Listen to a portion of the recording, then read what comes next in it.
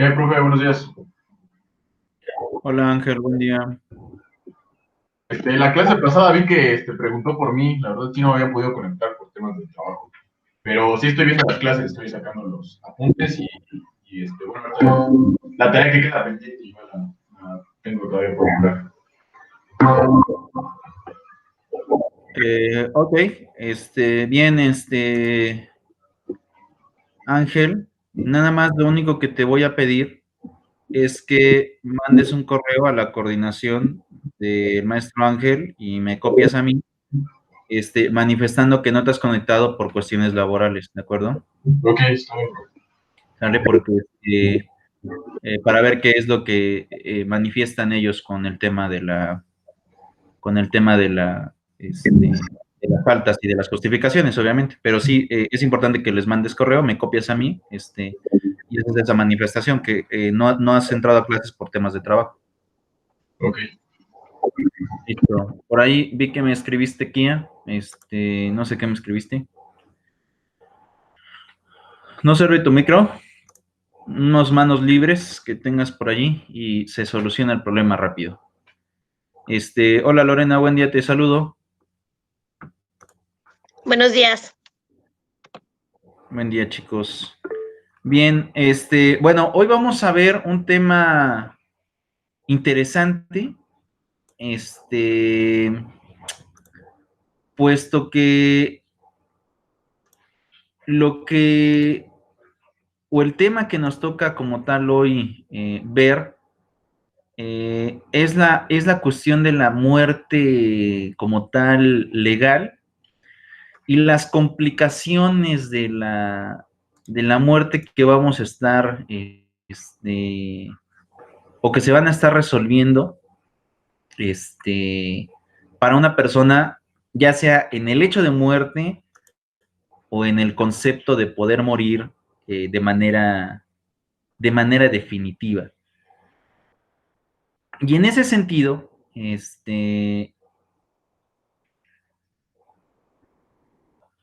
este caso hay un documento como tal de la propia Cámara de Diputados. Es un documento pues algo extenso, bueno, medianamente extenso, que habla acerca del derecho de morir de manera asistida con temas de eutanasia y estos temas que de alguna forma resultan un poco, pues un poco, vamos a llamarlo así, difíciles de comprender desde el punto de vista jurídico, tal vez no desde el punto de vista social, pero al menos sí del punto de vista jurídico, sí, puesto que se contraponen varios derechos y varias situaciones que van a generar cierta especie de conflicto legal y de difícil comprensión incluso para conflicto legal. Entonces, bueno, yo les pregunto y les hago esta pregunta y con esa voy a iniciar la sesión del día de hoy, es ¿cómo logramos decretar que una persona está viva, chicos, de manera jurídica?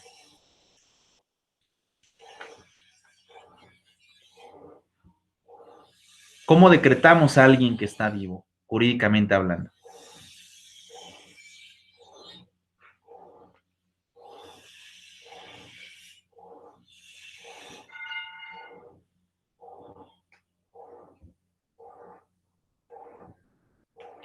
Chicos,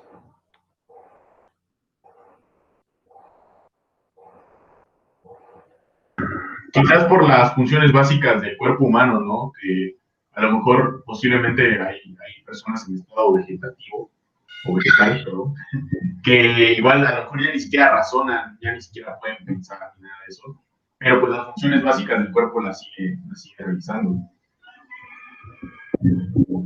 ok. Lorena, ¿qué piensas?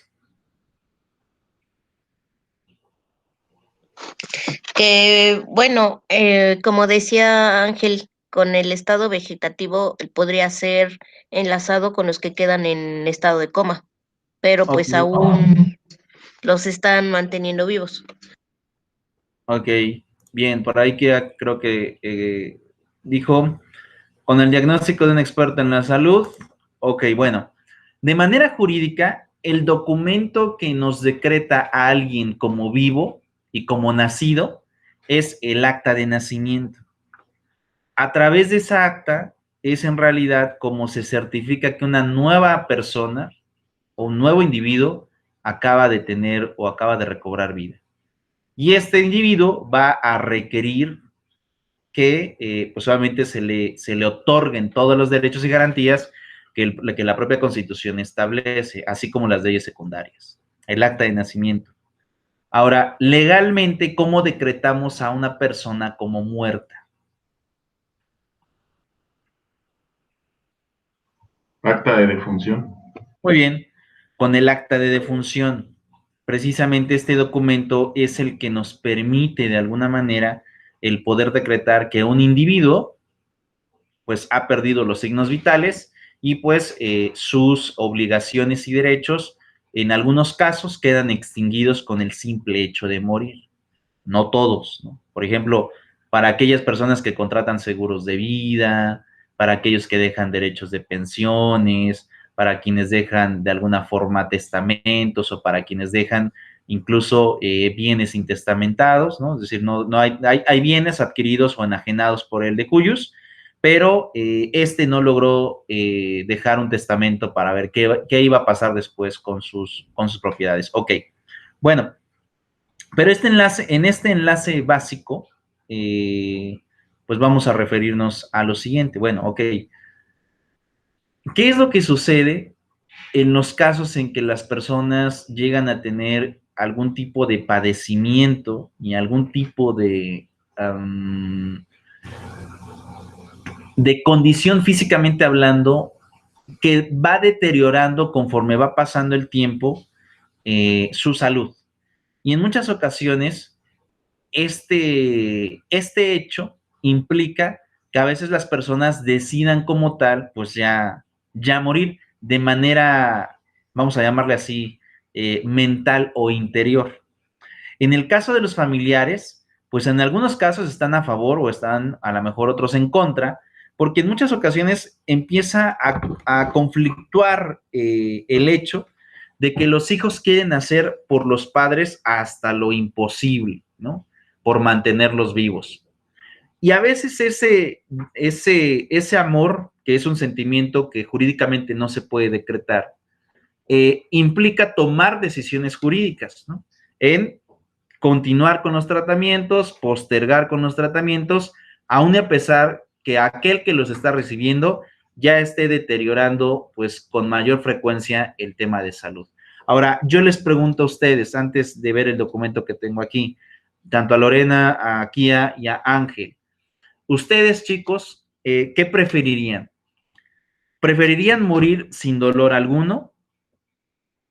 O bien preferirían que sus familiares hicieran hasta lo imposible, no importando el padecimiento, para poder ustedes estar vivos. Por ejemplo, y pondré un ejemplo, por ejemplo, en el tema del COVID, ahorita que estamos en el tema de la pandemia, me imagino que han visto el tema de los síntomas, ¿no? Que, por ejemplo, es falta de aire, esto implica una contracción del sistema pulmonar y esto genera o tiene como consecuencia que tengan los pulmones una menor capacidad de captación de aire, lo cual, pues aquel que sufre esta enfermedad se sofoca, se cansa, hay dolores de cabeza, síntomas de pérdida del gusto, etcétera, etcétera, etcétera. ¿Qué preferirían, chicos? Si alguno de ustedes llegara a enfermarse, es una suposición, obviamente, simplemente es para ejemplificar. Si alguno de ustedes se enfermara y se complicara su situación, se agravara la situación de salud en la cual se encontraran, ¿qué preferirían? Que literalmente no se haga nada sobre su salud o que sus familiares estuvieran tras los tanques de oxígeno, tras buscando un médico, medicamentos para que ustedes pudieran sobrepasar la enfermedad. ¿Qué me responderían, chicos?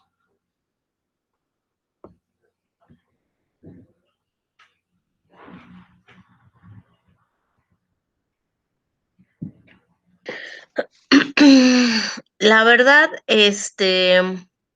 yo creo que yo sí recurriría, o sea, si ya sentiría yo que de verdad ya no hay solución y ya me siento también muy, muy mal, yo creo que sí recurriría por la eutanasia.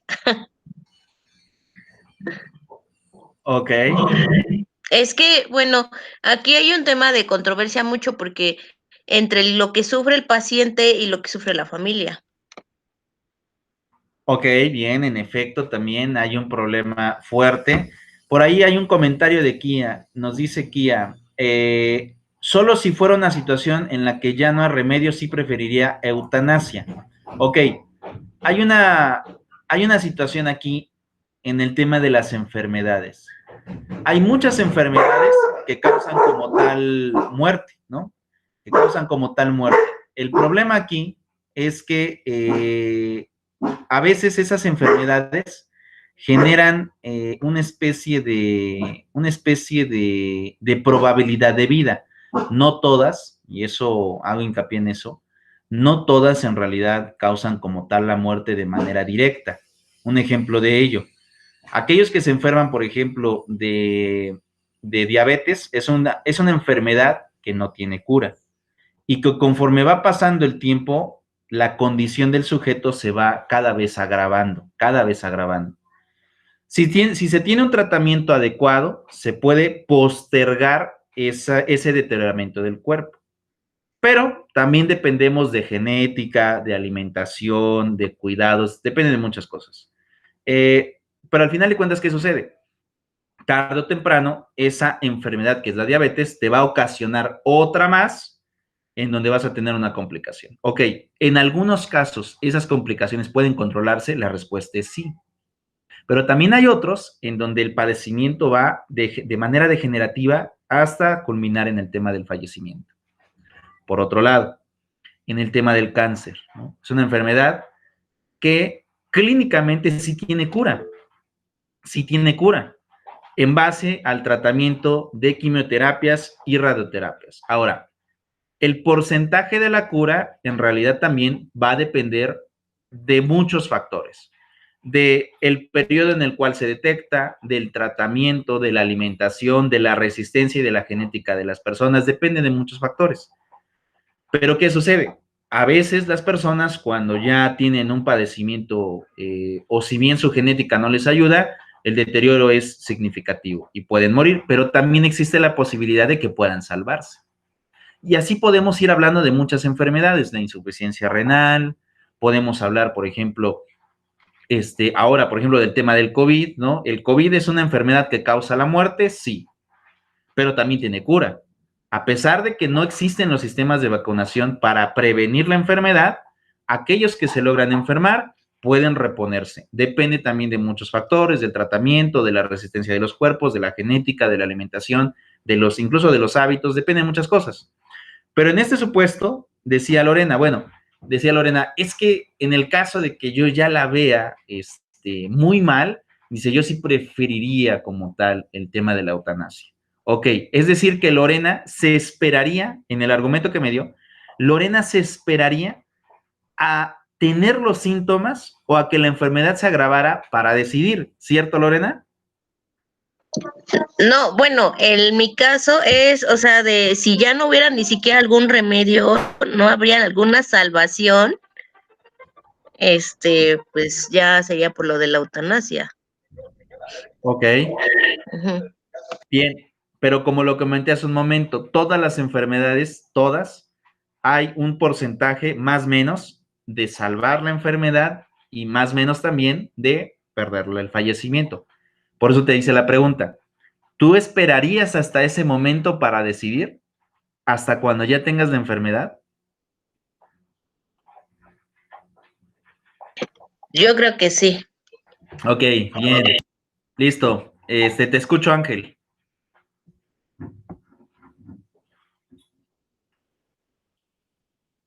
Pues es que en realidad es un tema algo complicado, todavía algo complejo, porque yo me acuerdo igual cuando estaba más joven, que vi un capítulo de Malcolm en el medio, en donde supuestamente le conceden al papá bueno, le otorgan como esta capacidad de decidir acerca de una persona que supuestamente ya está como en etapa vegetal, ¿no? Ok. Y llegan los dos y le dice uno, ¿no? Pues que ya decidió y él le contesta que lo sigue pensando, y uno de los doctores le dice, no, pues es que en realidad él todavía tiene, pues, digamos, la posibilidad de vivir, y llega otro doctor y le dice, ¿cómo crees? No? O sea, si hemos visto que en etapas así es muy difícil la recuperación, ¿no? Entonces él entra como en un conflicto y al final no quiere decidir. Y pues yo creo que es la mayoría de las personas lo que se ven pues sumergidas, ¿no? En este tema de que no saben realmente si va a poder mejorar, si realmente es solamente sufrir. Y pues yo no sé, siento que a lo mejor ya estando en esas situaciones como realmente te das cuenta que es lo que harías. Ok, bien, pues bueno, en realidad como lo dice Ángel, todos tenemos la incertidumbre de si nos podemos salvar o podemos perder la vida durante el padecimiento. Pero ¿por qué digo que la incertidumbre? Porque como decía hace un momento, en todas las enfermedades existe un tratamiento, existe una posibilidad de poder salvarte. Y muchos casos son exitosos, pero también hay otros en donde no. Decía Kia, aquí Kia pone lo siguiente. Kia dice, pero hablamos de condiciones ya de sufrimiento intenso. Ok, bueno, entonces te haría la misma pregunta, Kia. ¿Tú te esperarías hasta el momento de tener la enfermedad para tomar la decisión de desconectarte a la mejor? Ok, hasta el momento de la enfermedad. Ok, bien. Bueno, tenemos esta paradoja. Ahora, ¿qué es lo que sucede? Y ahorita voy a proyectar el tema del documento del Congreso de la Unión, es un documento de la Cámara de Diputados, en donde precisamente se estudia el tema y la figura de la eutanasia. El problema con la eutanasia es que la eutanasia como tal, de manera conceptual, se logra generar por una voluntad anterior incluso a que tú tengas un sufrimiento o un padecimiento por enfermedad anterior.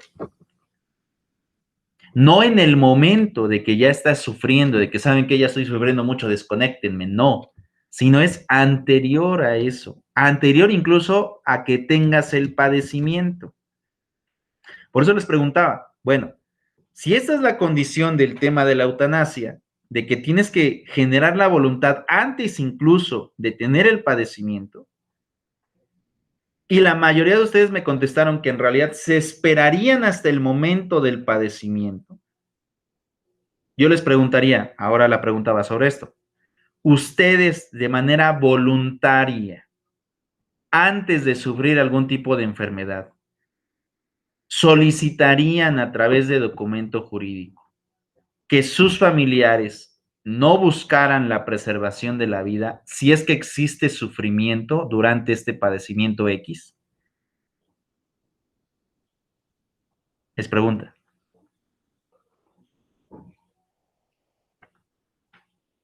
¿Decretarían esta voluntad antes de tener un padecimiento en específico?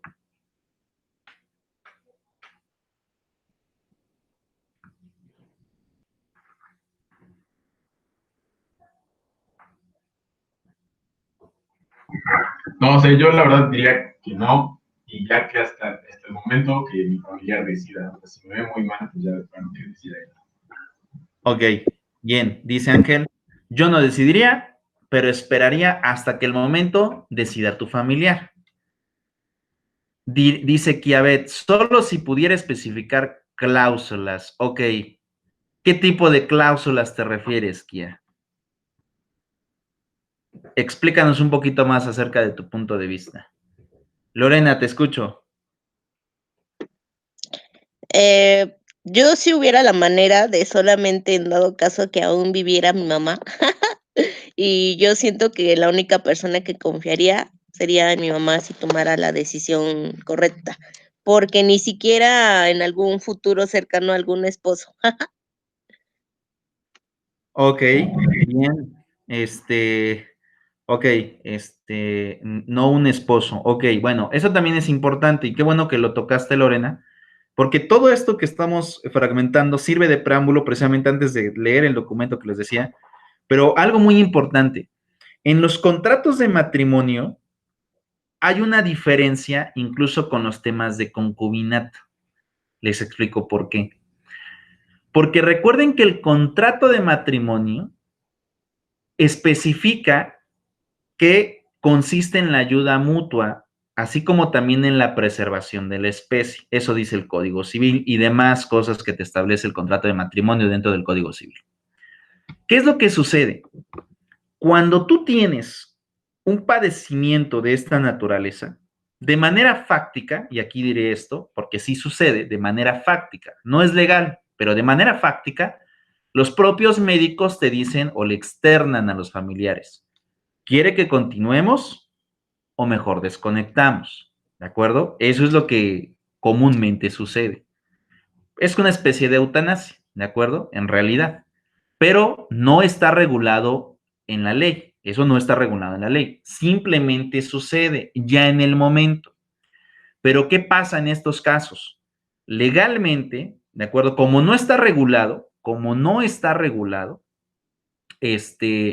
la persona que debería o que toma normalmente esta decisión es quien está firmando en la unidad hospitalaria como responsable. Eso es algo muy importante. ¿Por qué? Porque obviamente la ley no permite que ninguna de las personas decida por otra en caso de muerte, porque recuerden lo que habíamos visto, incluso con la investigación de Kia, es un delito, ¿no? La muerte asistida es un delito, actualmente como está la legislación. No sabemos si en un tiempo futuro cambie, pero actualmente como está, es un delito. Ok, pero entonces quien está siendo responsable, quien está firmando la responsabilidad, es a quien se le pregunta. ¿A quién se le pregunta qué hacer con el tema del familiar? Y aquí, en esta manera fáctica, conforme se van presentando las condiciones y los hechos, también tenemos un problema. Y yo les pregunto a ustedes, y no porque pasen sus familias, en otros conflictos que hayan visto en otras familias, a veces existe un conflicto en ver quién se hace responsable del internamiento de un familiar, porque obviamente él es el que va a tomar ciertas decisiones por ese internamiento. Es más, en muchas familias, X familias, por ejemplo, a mí me ha tocado ver que los propios familiares evitan firmar las responsivas, porque saben que si algo malo pasa, la familia va a señalar a ese que firmó como responsable. Y muchos de ellos dicen, yo no firmo, ¿no? Pues sí, a lo mejor es mi hermano, pero yo no firmo. Es mi mamá, pero yo no firmo, ¿no? Evitan estas responsabilidades. Hay otras familias en donde pues no hay ningún problema, todos quieren ser candidatos y todos quieren firmar, porque se respetan como tal, pero hay otras en donde no. Entonces, decía Lorena hace un momento, bueno, yo quiero generar condiciones, solamente mi mamá sería la que tomara la decisión, pero también dependeríamos o se dependería de que tu mamá firme como responsable dentro del internamiento hospitalario que vas a tener.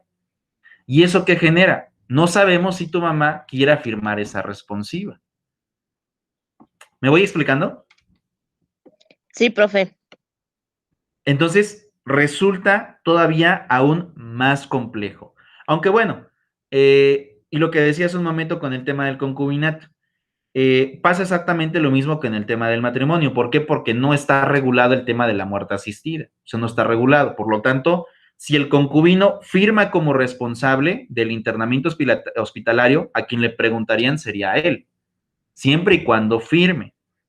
Si no firma, entonces no le van a preguntar absolutamente nada. Y aquel que haya firmado es el que tomará la decisión. Ahora, en estos ámbitos, y yo lo he visto también en muchas ocasiones, a veces las familias se ponen de acuerdo. Y aún y a pesar de que uno solo sea el que firme, entre todos toman la decisión. Entre todos toman la decisión. Pero también hay otras en donde prácticamente están esperando el momento para empezar a hacer sentir culpable a aquel que firmó, porque tome una decisión ya sea correcta o incorrecta, los demás que a lo mejor ni quieren firmar están dispuestos a echar culpas, a decir de cosas sobre la decisión que tomen de un familiar de manera determinada. Y en esos núcleos familiares se vuelve compleja la decisión. Ahora, algo muy importante. Aquel que firma la responsabilidad en un tema hospitalario también adquiere las responsabilidades legales que de ello implique. No nada más es, firmo, soy responsable de mi familiar en decidir qué tiene y qué no en el hospital. No, También si algo llega a pasar mal por una mala decisión, ese que firmó es el que va a sufrir las consecuencias. Si tienes una familia, pues donde todos se agrupan, pues no va a haber ningún problema, va a haber un consenso. Pero si hay familias en donde todos estén en conflicto, muy seguramente muchos de ellos no quieren firmar, pero alguno de ellos va a querer denunciar a su familiar que tomó una mala decisión o una decisión a la mejor equivocada dentro del tratamiento del familiar que se tiene en internamiento. Y esto se vuelve cada vez más complejo, porque a veces hay familias que prácticamente, si de por sí son conflictivas, en esos momentos, a mí me ha tocado verlo en muchas ocasiones, se agarran hasta con la cubeta, ¿eh? Incluso algunos llegan hasta los golpes, ¿no? Pero cuando alguien les dice, ¿quieren firmar? Nadie quiere firmar. Nadie quiere hacerse responsable del familiar y esto se vuelve en una situación compleja. Ahora, en este caso, y por las posturas que me han dicho, por ejemplo, decía Ángel, bueno, yo lo dejaría hasta el momento de un familiar, ya que ese familiar decida, ok, pero entonces se haría la voluntad del familiar en el supuesto de Ángel, más no la voluntad de Ángel en el ejemplo de la eutanasia. ¿Es correcto, Ángel? Pues sí, en ese caso, igual, bueno, tenía una pregunta. En ese caso en el que firmas la responsabilidad, no puedo decir, porque a lo mejor lo asimilo con el ejemplo que puso Lorena, en el que a lo mejor yo digo, no, pues mi esposa ya está mal, está muy grave, sabes que, pues, la verdad, sí, el hijo que la desconecta, ¿no? Pero su mamá va a venir y a lo mejor me dice, no, sabes que, pues, ¿cómo crees o así, no? Y a lo mejor yo digo, ¿sabes qué? Pues en ese caso no sé si yo le puedo acceder ese derecho de que ella decida a partir de hoy y yo simplemente me retracte y digo, ¿sabes qué? Pues yo no quiero decidir. No sé si se pueda o... Lo que sucede aquí es que vas a depender de la voluntad de terceros, porque tu voluntad, a lo mejor sí es que decida ya sea tu hermano, tu mamá o tu papá, pero también dependemos de que ellos decidan tomar esa responsabilidad que tú preferentemente les estás otorgando. Ajá, porque en ese ejemplo, por ejemplo, yo diría, no sabes qué, pues si tú piensas que realmente tiene posibilidad, pues entonces hazte responsable tú, porque pues simplemente yo ya lo di por perdido, o sea, de plano. En efecto, ahí implican muchas cuestiones y el conflicto de esta situación del tema que vamos a hablar en este momento, el tema de decretar la muerte legal, etcétera, es que como tal hasta el día de hoy no hay una regulación, entonces ahorita las posibilidades todavía son muy, muy amplias, o sea, no hay algo determinado porque vuelvo a repetir, no hay una regulación. Incluso el documento que ahorita vamos a revisar, a pesar de que haya sido emitido por la Cámara de Diputados, no ha sido establecido en la ley, simplemente es como un estudio, un posicionamiento, pero no se ha puesto en la ley, por lo tanto, pues nada más es como estudiar un libro, o sea, tampoco está como tal inmerso, porque inmersamente pues no está permitida la eutanasia y te dice muy claramente, cuando alguien muere, acta de defunción y con eso lo decretas como tal muerto, sencillo, rápido. Pero aquí viene el conflicto, ¿no? De cómo vas a llegar a ese procedimiento de muerte. Ahora, en el caso de Lorena, tal vez te preguntaría, ¿por qué por qué un concubino o un esposo no le darías esa facultad de que decida por ti? En el comentario que nos hiciste hace un momento. Porque no conocemos a las personas al 100%, profe. Por eso. No conocemos a las personas al 100%, ¿es correcto? ¿Sí? Yo creo que ninguna persona Es se por eso. conoce. Porque aunque sea mi pareja, Ajá. Te escucho, te escucho. porque digo, aunque sea mi pareja, no creo que aún así la conozca ni un 50%. Entonces, yo digo que en quien tendría la confianza sería en mi mamá. Porque a pesar de todo, yo siento que también luego son ahí conflictos. em, Como dice usted, cae la responsabilidad también. Sí, vuelvo a repetir, quien firme la responsiva hospitalaria es el que deberá de tomar ciertas decisiones, ¿no? Y bueno, ustedes seguramente, al igual que yo, habrán visto familias muy unidas que no hay problema con el que firme, todos ahí están de manera participativa y apoyan, pero también seguramente les habrá visto en familias en donde nadie quiere firmar, pero todos están dispuestos a echar pleito, cuestiones que puedan darse. Por ahí Kia me hizo un comentario, a ver, déjenme leerlo.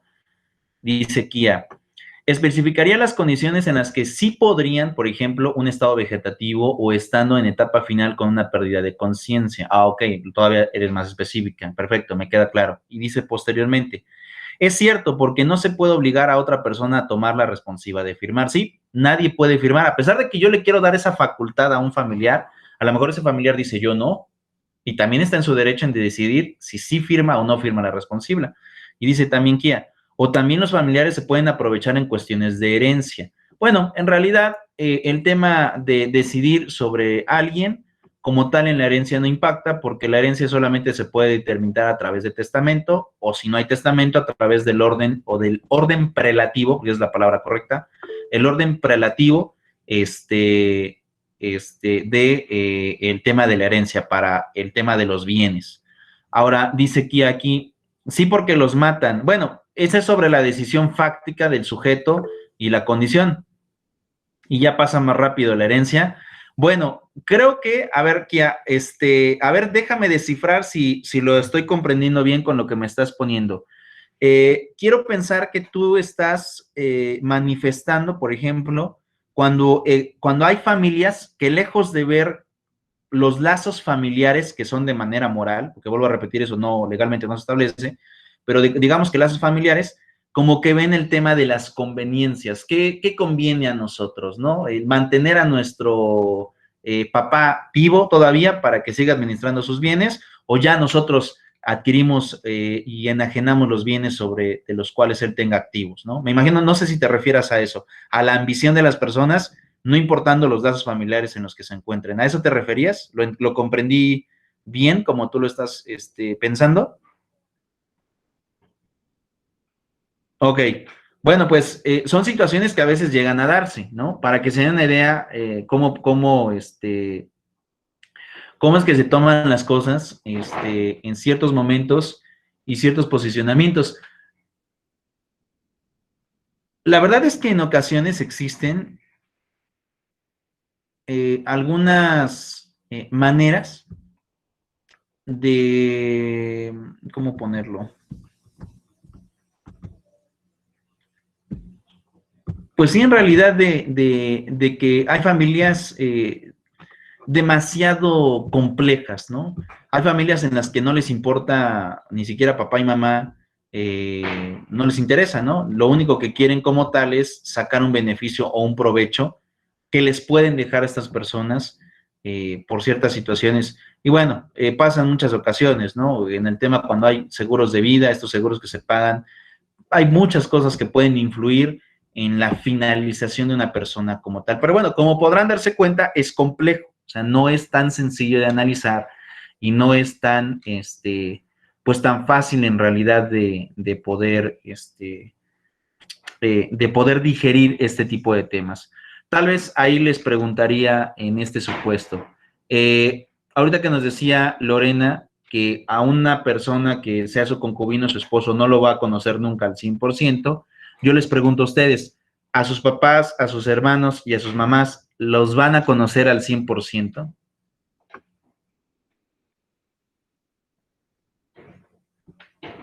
Pues no, profe. ¿No? Ok. Digo, pongo este supuesto porque también es conocido, bueno, muy conocido, que por ejemplo hay varones que abandonan a la mujer cuando llegan a tener un hijo. Y en caso ahora, en la tendencia del 2021, es que ahora pasa al revés.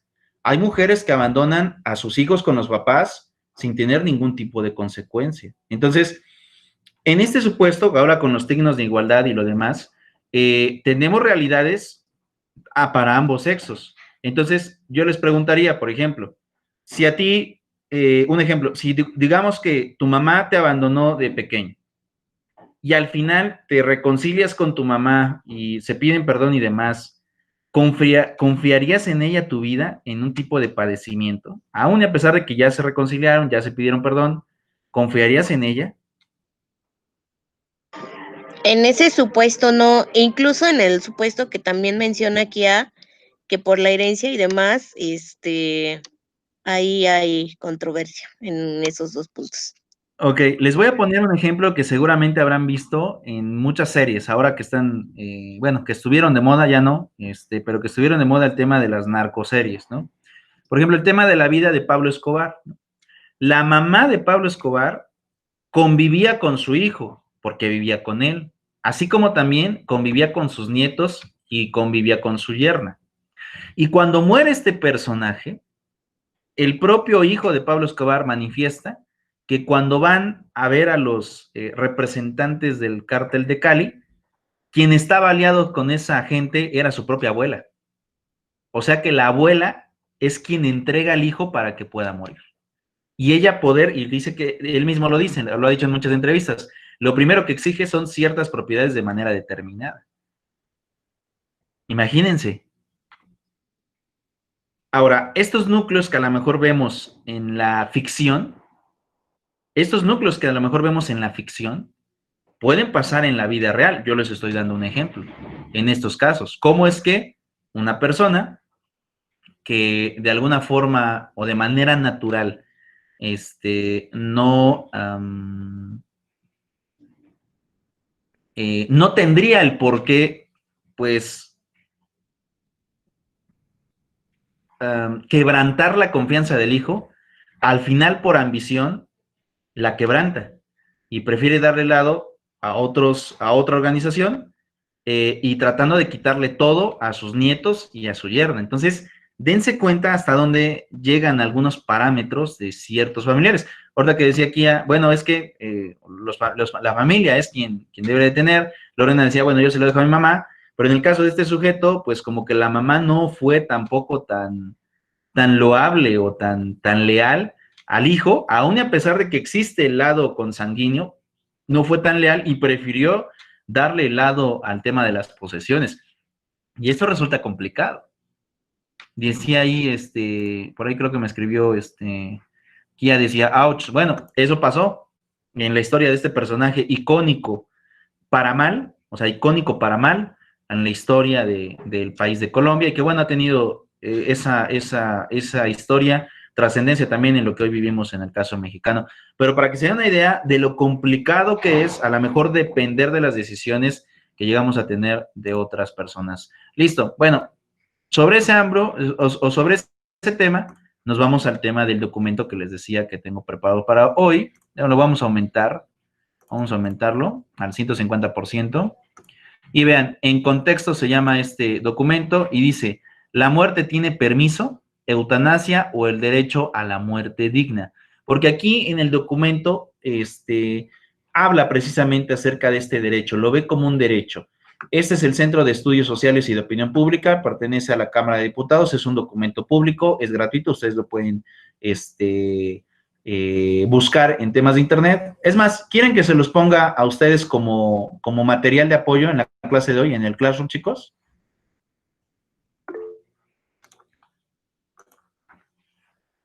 ¿Sí? ¿Ese es un sí o no? Ok, listo. Sí, ok, lo pongo rápido en el trabajo en clase. Ah, no, este no es. Ah, no, sí es este. Ok, vamos a crear algo para que ustedes vean que lo voy a colocar y no haya ningún problema. Vamos a poner aquí. Vamos, documento. O simplemente le vamos a poner eutanasia. Ahora aquí tengo esta duda. Es con S.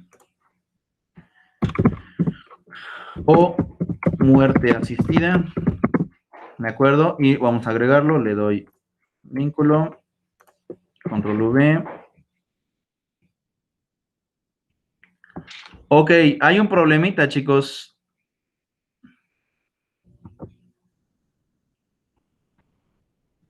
Que no me deja agregarlo. No me deja agregar el documento. Miren. A ver, le vamos a dar clic otra vez. Vínculo. No, dice ingresa un vínculo válido. Ok, bueno, vamos a hacer lo siguiente. Voy a tratar de descargarlo y se los estoy subiendo como archivo, ¿de acuerdo? Porque no me permite pegar y copiar la liga. Para que lo tengamos ahí todos en la sesión. Listo. Bueno, entonces vamos a empezar con este tema. Dice, ¿la muerte tiene permiso, eutanasia o el derecho a la muerte digna? Ya desde que empieza con este preámbulo, ya es un documento que nos genera duda. ¿La muerte tiene permiso? Y bueno, hoy en día, en el caso de la muerte, pues bueno, ustedes sabrán que ya no solamente se ve ahora, o en este documento lo vamos a ver como un derecho. Ahora, pues bueno, ya con la oleada de la década de los 80s, pues actualmente también es hasta un culto, ¿no? Hay muchas personas que profesan el culto a esta no sé cómo llamarle, a esta identidad. Y bueno, es muy respetable también en esos casos. Pero bueno, sobre esta parte, y a lo que voy es que el documento lo va a ver en un tema jurídico. ¿Cómo podemos generar de ese concepto a formar parte de un derecho sustantivo de cada ciudadano? Es decir, que se nos puede otorgar en dado caso de que existan ciertas condiciones. Alguien que me apoye aquí leyendo, Lorena, ¿me puedes apoyar aquí en esta parte del documento donde dice introducción? Introducción. El tema de la eutanasia, así como el del aborto, genera fuertes controversias en la libre determinación de los individuos en su derecho a decidir sobre su cuerpo. El tema que interesa aquí es el derecho de decidir sobre la muerte o eutanasia. En primer lugar, se ofrecen algunas definiciones sobre el tema. Enseguida, se abordan las propuestas legislativas en la materia. Posteriormente, se ofrece un panorama general sobre los países en los cuales ya se ha legislado al respecto. Por último, se describen algunos estudios de opinión y se brindan comentarios finales a modo de conclusión. Si quiere, pásele la otra hoja y la leo. Bajo. Eutanasia y muerte asistida, definiciones. Esto va a ser muy importante porque, como les decía, este instituto que estamos revisando es un instituto que proviene del Congreso de la Unión. Es una organización que depende del Congreso, pero que, bueno, de alguna manera lleva a cabo investigación jurídica. Y en estos casos, como ya lo adelantó el documento, actualmente ya existen propuestas, o sea, ya hay propuestas legislativas en el caso de regular el tema de la eutanasia. Hasta el día de hoy, ninguna ha tenido éxito, ninguna se ha discutido, pero las propuestas ya existen. Vamos a ver en qué sentido van. ¿Nos puedes seguir apoyando, Lorena? Etimológicamente, eutanasia, del griego eu, bien, thanos, muerte, no significa otra cosa que buena muerte, bien morir sin más. Guillermo Mayón Garibay entiende por eutanasia el hecho de provocar la muerte para beneficio de la persona. El mismo autor considera que para dirimir hasta qué punto el conflicto de valores y derechos es relevante para ofrecer una solución al problema, es necesario distinguir las varias formas en que puede tener lugar la eutanasia, a saber, 1. Eutanasia voluntaria, manifestación explícita del paciente de su deseo de morir. 2. Eutanasia involuntaria, falta de la manifestación explícita del deseo de morir por parte del paciente. 3. Eutanasia activa, provocar la muerte por el agente. 4. Eutanasia pasiva, dejar morir al paciente. Mayón Garibay considera que en las dos primeras formas de voluntad es el elemento distintivo. Entonces, surge la pregunta sobre si es posible respetar la voluntad de una persona en toda situación. Con esto se tiene en mente la dificultad. ¿Le baja, profe, porfa?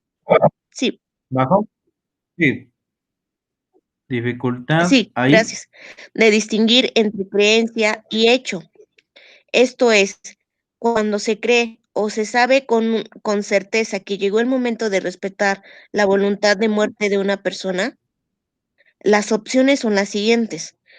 Cuando la medicina no puede hacer más por la vida del paciente, cuando el olor es insoportable para el paciente, cuando no hay uso de las facultades mentales superiores, cerebro, y no se puede hablar más de vida humana digna, cuando los resultados del tratamiento médico alargan inútilmente la vida del paciente, puesto que la muerte del paciente se presentará irremediablemente, poco tiempo más tarde. El autor citado afirma que existe una argumentación de justicia jurídica y moral en ese sentido.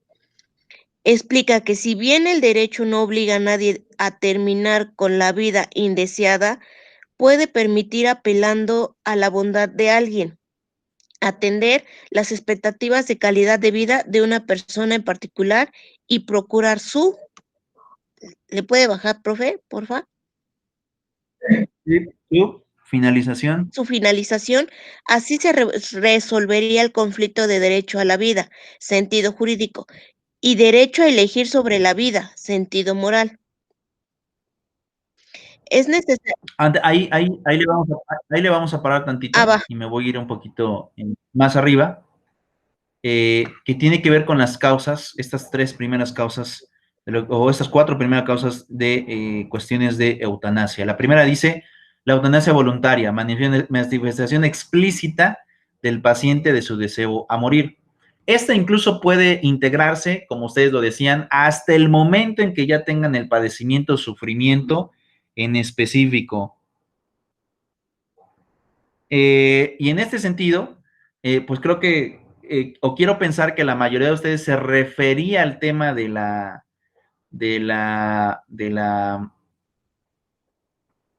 deseo de morir hasta que ya ustedes mismos se percataran que ya, pues que ya no hay nada que hacer y que su padecimiento es completamente degenerativo.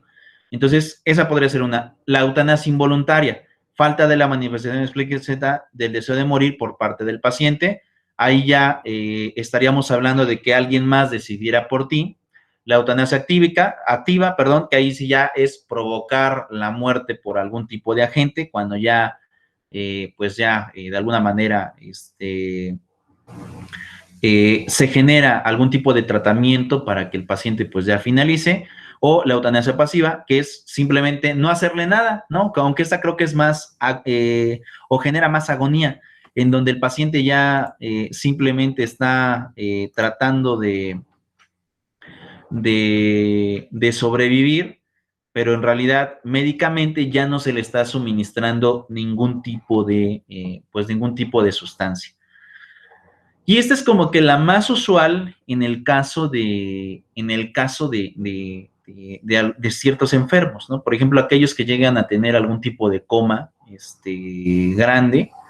¿Qué es lo que pasa?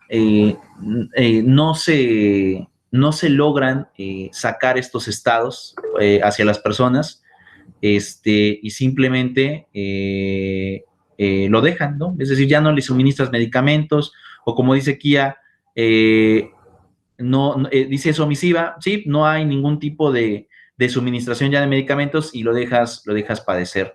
Aunque en estos casos, yo creo que también resulta un poquito compleja, porque a veces hay pacientes que por el padecimiento que están teniendo, que ya es completamente exacerbado, es imposible no suministrarles nada, al menos calmantes. No sé si ustedes han visto, por ejemplo, o han sabido de los dolores que tienen los pacientes que han sufrido quemaduras de 3er grado. No sé si sepan algo acerca de ello. Lorena, Ángel, Kia. Dice que es muy doloroso, ¿sí? Fíjense, en el caso de los pacientes que sufren quemaduras, de acuerdo a lo que yo he estado estudiando, son los pacientes que presentan dolores más intensos.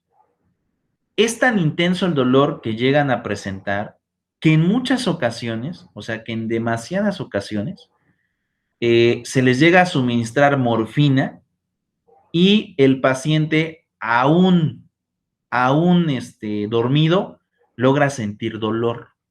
Se quejan aún dormidos del dolor tan inmenso que les invade en el cuerpo. Entonces, en esos casos, yo he estado estudiando que, por ejemplo, es como muy factible que en esos supuestos en específico, a los padecimientos de esta naturaleza se les suministre cierta dosis de heroína. Ustedes sabrán que la heroína es una droga que tiene su base fundamental en el opio, y el opio se extrae de la planta de amapola, y que pues es una droga tan fuerte que en estado puro, porque hay muchos degradados, pero en estado puro puede provocar alucinaciones y al mismo tiempo te puede provocar, pues digamos, inconsciencia durante 12 horas seguidas. Entonces, muchos de los pacientes que llegan a tener este tipo de pues este tipo de tratamientos, cuando ya el dolor es muy, pues muy fuerte, le suministran estas sustancias ya para que el cuerpo no esté consciente de lo que, pues sí, de lo que en realidad está, pues está padeciendo. Por otro lado, esto también genera de alguna forma cierto estado de, pues en realidad cierto estado de inconsciencia, y el sujeto no es que no sufra dolor, es que le bloquean los sentidos, ¿no? Lo ponen a, pues a lo mejor imaginar con el cerebro, y bueno, esto genera también que el sujeto no, pues en realidad no tenga ningún tipo de dolor durante lo que sufre o mientras esté dentro del tratamiento, que de alguna forma pues va a generar ciertas acciones y contradicciones en un mismo sentido. Entonces, a mí me parece que existen padecimientos que, pues bueno, como en este caso, se deja la medicina y se suministran estupefacientes ya para que el sujeto no sufra. Pero es como muy extremo que alguien llegue a tener este tipo de dolores. Yo, por lo que he estado viendo, solamente los que sufren quemaduras. Es más, los enfermos de cáncer llegan a presentar dolor, sí, pero no son tan fuertes, no son tan intensos como los que llegan a tener, por ejemplo, los de quemaduras de tercer grado. Los dolores que ellos llegan a tener son extremadamente fuertes, porque recuerden que cuando alguien se quema, a pesar de que a lo mejor no tenga fuego en las manos, la piel o la carne, ¿no?, por así llamarlo, el músculo, se empieza a quemar por dentro, y precisamente eso es lo que duele para los quemados, ¿no? Cuando tú te quemas superficialmente, ¿qué te dicen? Mete la mano en agua helada, en agua fría. ¿Por qué? Porque lo que se pretende es que de alguna manera la temperatura de ese agente externo logre calmar y logre detener la quemadura que está por dentro y que sigue avanzando, comiendo obviamente más tejido, y que eso es precisamente lo que te provoca dolor. Pero bueno, de acuerdo a lo que yo he estado estudiando. Dime, Lorena. Sí sé de una persona, de hecho fue un cliente hace 2 años, que la verdad tuvo cáncer, y la verdad ya en los últimos días y tuvo varias quimioterapias y todo, pero la verdad es que no lo logró, y ya de los últimos días en los que estaba con vida, la verdad ya la mayor parte ya se la quedaba, ya estaba dormido, que era por lo de la morfina y todo. Y dicen las personas que estaban con él, que su esposa y el representante legal, que fue como su amigo, dicen que les decía que a uno que les estaban suministrando, le inyectaban la morfina, decía que aún así se ponía a llorar porque aún sentía el dolor. Sí, son dolores, pues ya extremadamente fuertes. Es más, hay medicamentos que también son demasiado fuertes y que ya no se consideran como tal medicamentos, ya pueden considerarse incluso como psicotrópicos, que es, por ejemplo, el tema del tramadol. Es un medicamento que también se suministra, que bueno, en realidad es como entra como una especie de medicamento controlado por el efecto tan fuerte que llega a tener para calmar dolores, ¿no? Entonces, pues es como una especie, es una alternativa, ¿no? Pues ya no puedo con el medicamento, ahora me toca drogarte para que el paciente no sufra esta situación. Bueno, está interesante esta cuestión, pero para que se den una idea de lo complicado y de lo complejo que es el tema, vemos esto rápido.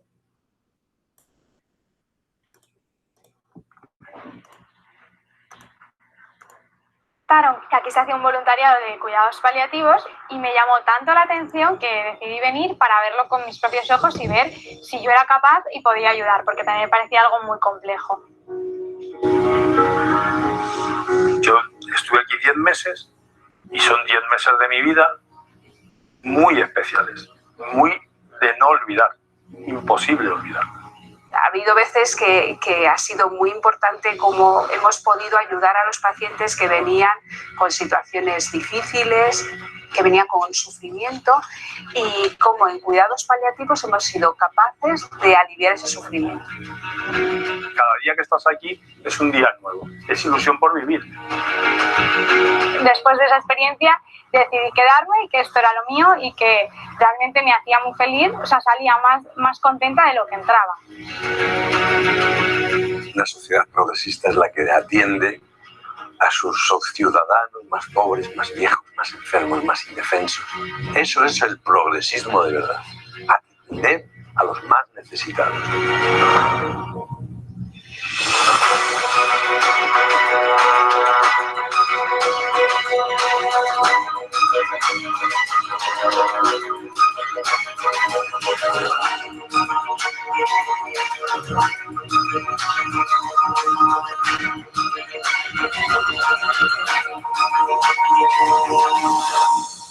Morir en paz.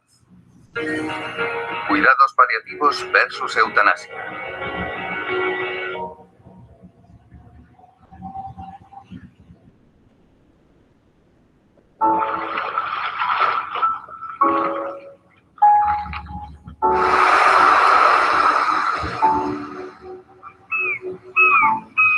En el tramo final de nuestra vida, todos desearíamos no sufrir, no tener miedos ni angustias, estar acompañados, ser tratados con cariño, tener paz, ver realizados nuestros últimos deseos.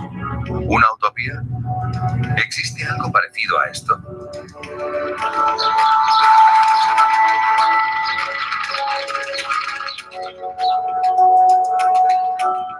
Existe, aunque para la mayoría es un mundo desconocido.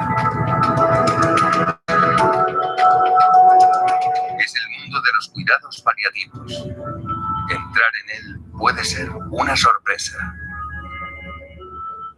Y entonces le di un beso y la hija se volvió y dijo, en este hospital dan besos a los pacientes. Y digo, pues claro, si este hombre lo que necesitaba, viene a un sitio desconocido, se encuentra muy mal, está aterrado y encuentra una acogida positiva, pues lógicamente a ese paciente va a ser más fácil que luego cuente lo que le pasa, lo que le ocurre, ¿no? Porque se encuentra en un ambiente acogedor, cariñoso. Me gustaría poder explicar una milésima parte de lo que yo he vivido aquí y de lo importante que es vivir hasta el final y hacer que esas personas realmente vivan con esa calidad de vida que merecen. Porque si tú estás sin dolor, sin síntomas, acompañado, te sientes digno, te sientes valioso, es que no te quieres morir, quieres vivir hasta el final, pues con toda esa sensación de estar arropado y del valor que realmente tienes para los demás.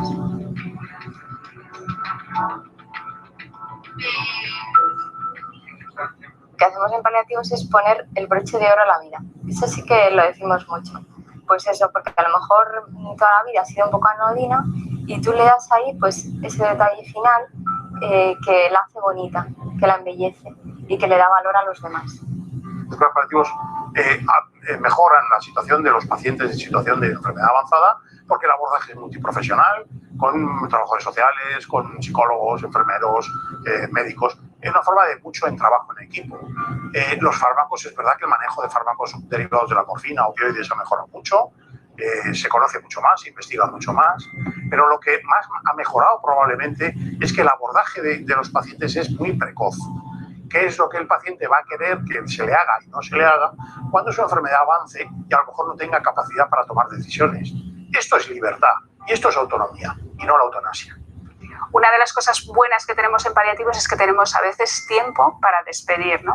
Es un tiempo que es oro porque podemos hablar, podemos despedirnos, podemos darle el cariño que a lo mejor en un tiempo no le hemos podido dar. Entonces es una gran oportunidad que tenemos, ¿no? Y tenemos que hacérselo ver a la familia que pueden aprovechar esos momentos para decirse cosas que a lo mejor no se han podido decir hace tiempo, para conversar de lo que hayan querido, ¿no? Entonces es maravilloso. Mi esposa ha detectado un tumor cerebral maligno que no tiene operación y que solo tiene tratamiento. Y la trajimos aquí, a Cuidados Paliativos Laguna.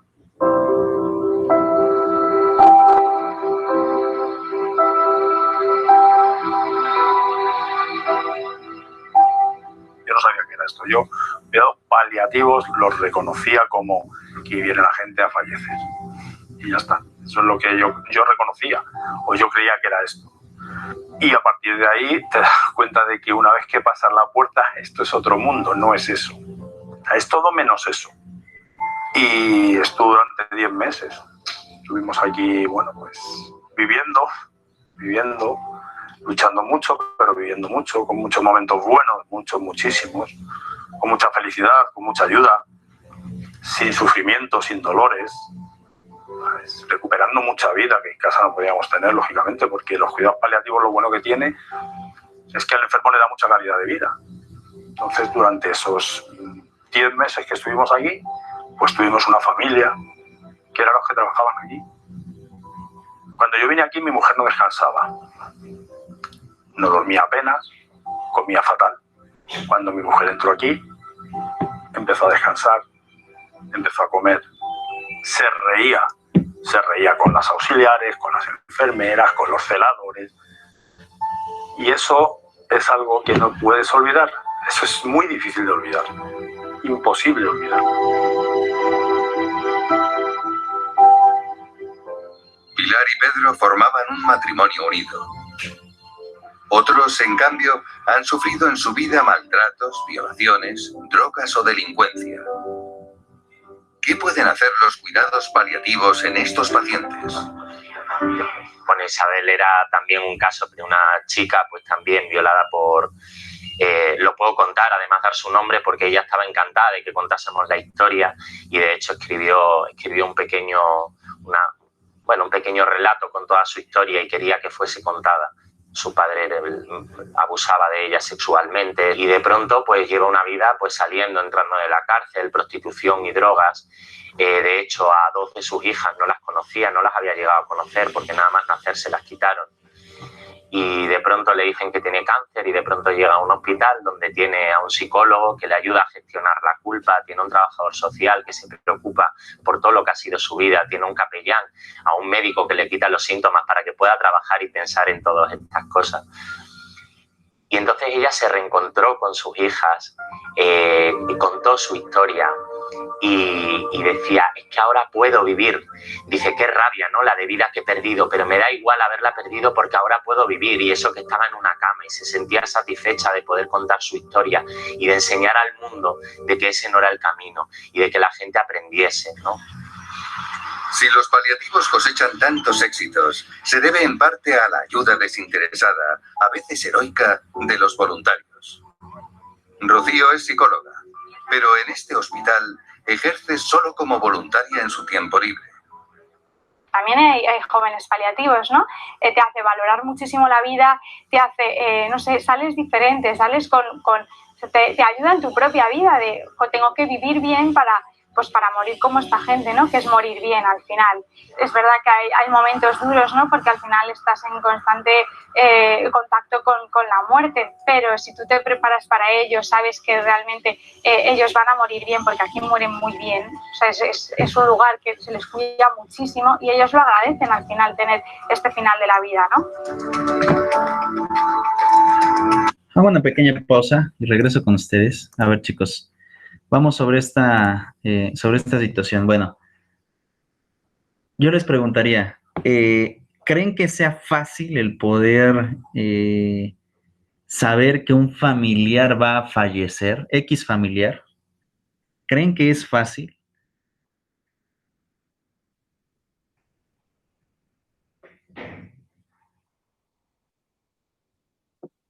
No, no es nada fácil. Ok, es muy complicado. Dice Kia, no puedes prepararte para eso. Sí, es correcto, no se puede preparar para eso.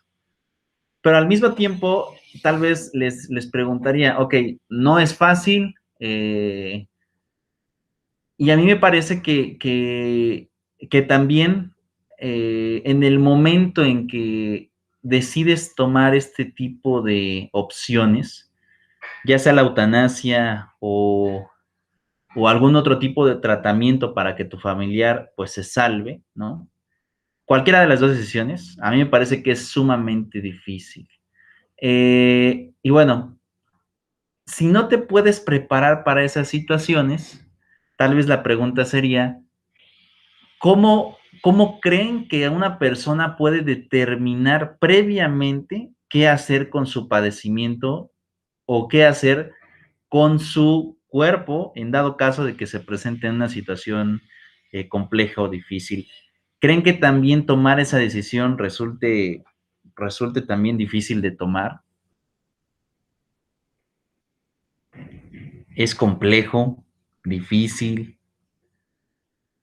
Es más, yo les pondría a ustedes un ejemplo muy, muy burdo. Creo que, o quiero pensar que ustedes llegan a tener mascotas, ¿cierto? Algún animal, un pájaro, un perro, un gato, lo que sea. No sé si lo tengan ahora. Dice aquí así, Ángel, Lorena. Sí, una gatita. Ok, bueno.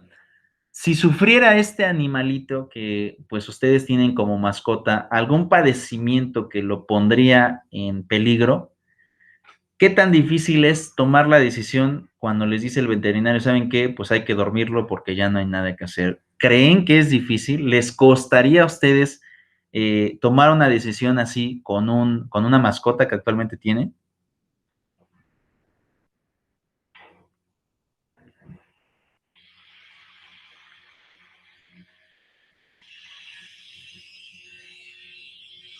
¿Les costaría?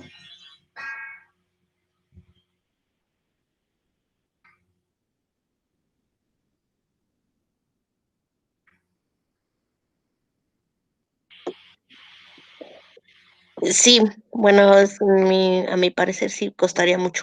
Ok, listo.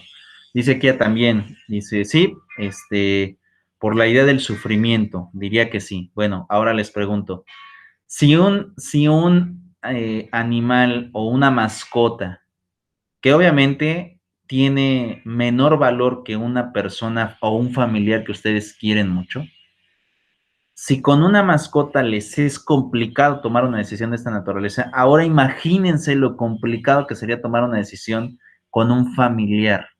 Les puedo asegurar que es como 1.000.000 de veces todavía más complicado de tomar una decisión de esta naturaleza, pero muchísimo más complicado. Ahora, sobre esta situación, bueno, el tema del sufrimiento. Volvemos a lo que pusimos en un preámbulo de la sesión del día de hoy. Si ustedes tomaran la decisión de poder interrumpir la vida de un familiar cercano, ¿creen que sus hermanos, tíos o familiares no tendrían algún tipo de reclamo hacia ustedes? ¿O estarían en contra de ustedes o de la decisión que lleguen a tomar?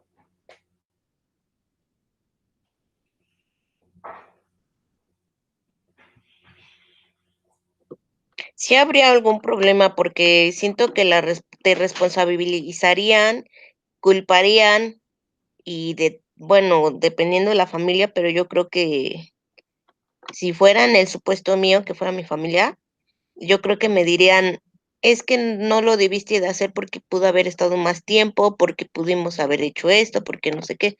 Entonces entraría el conflicto de juzgar y de reclamar. Ok, que era lo que yo les decía hace un momento al principio de la sesión. Hay familias que son muy unidas, se apoyan, pero también hay otras que no quieren hacerse responsables, pero sí están dispuestas a atacar a aquel que toma la decisión, ¿cierto, Lorena? Así es, profe. Listo. Bien, los demás, Ángel, Kia, ¿quieren adicionar algo más?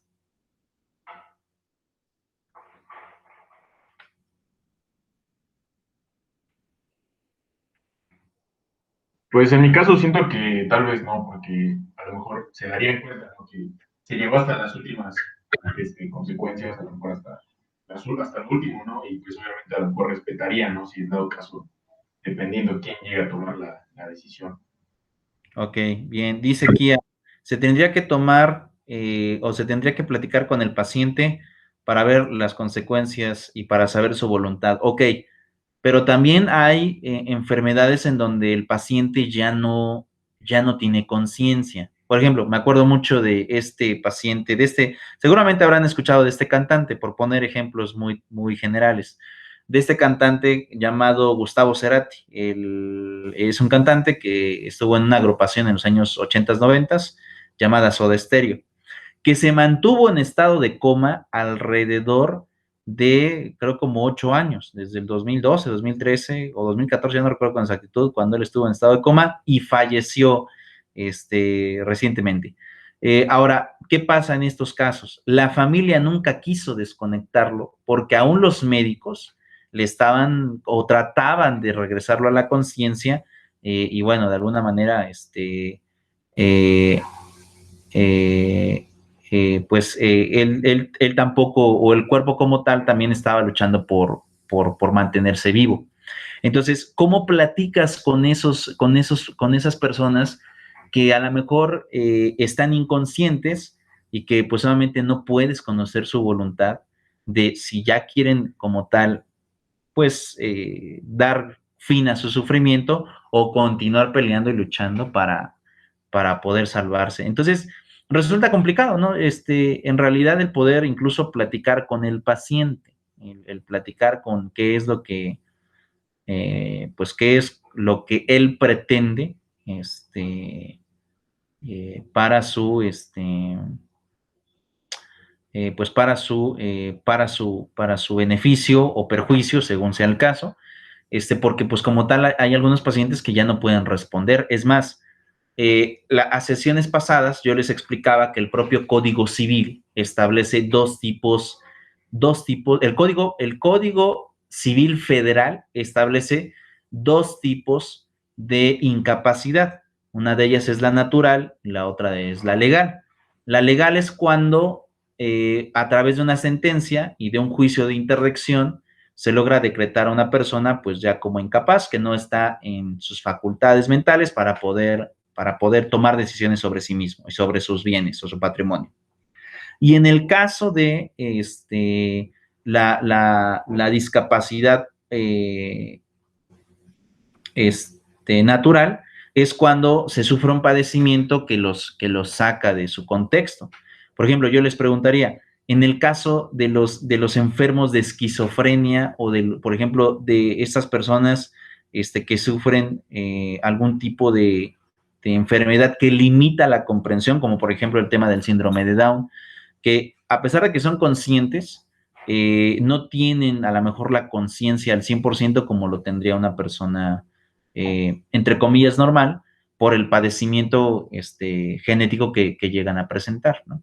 Entonces, resulta todavía más complicado, ¿no? Cuando llegas a tener este tipo de pacientes en donde, pues, ya sea tenga alguna enfermedad, una discapacidad natural, como lo define el Código Civil Federal, o bien, cuando una persona,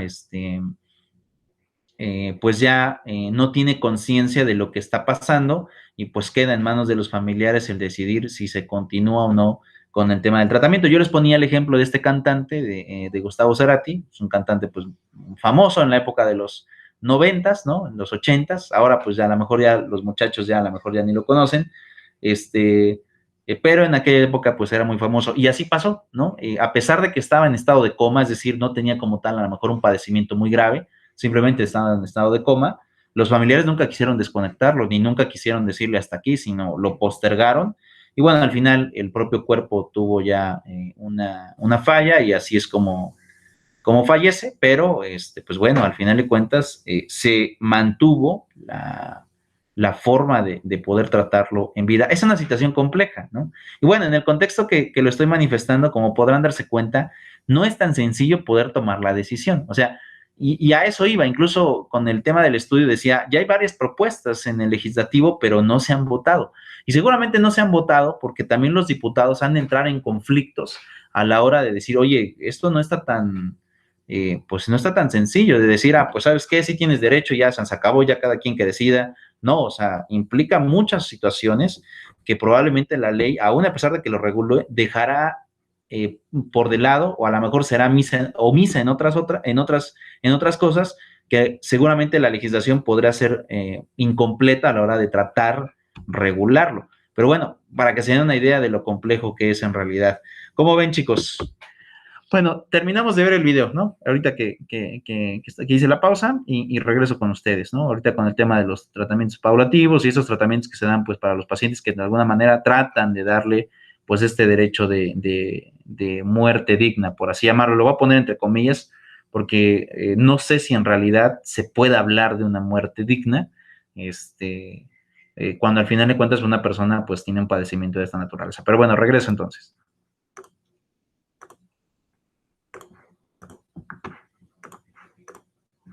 Hola, buenos días. Oye, si necesitáis voluntarios, a mí no me importa venir aquí. Yo no tengo ningún problema, me pongo lo que hay que ponerme y si hay que mover, muevo. Que hay que lavar, yo lavo, yo no tengo ningún problema. Que hay que subir, que hay que bajar. A mí no me importa. Me costó mucho venir, pero luego vine, me emocioné muchísimo, vi a enfermeras que se pusieron a llorar como yo.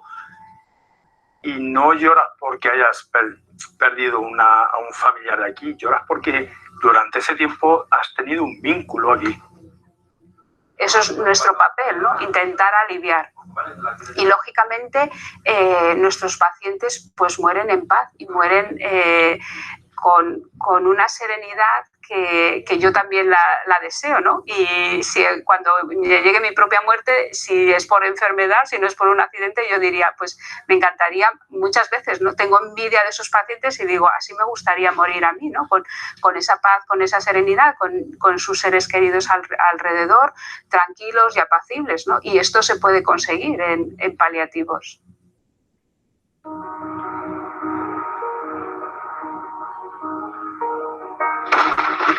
Pero solo una minoría conoce esos cuidados que llevan a la muerte apacible. La opinión pública y los gobiernos de algunos países proponen otra forma de acabar con la vida. ¿Por qué una persona pide que acabemos con su vida? Porque eso va contra la naturaleza. Nadie se quiere morir.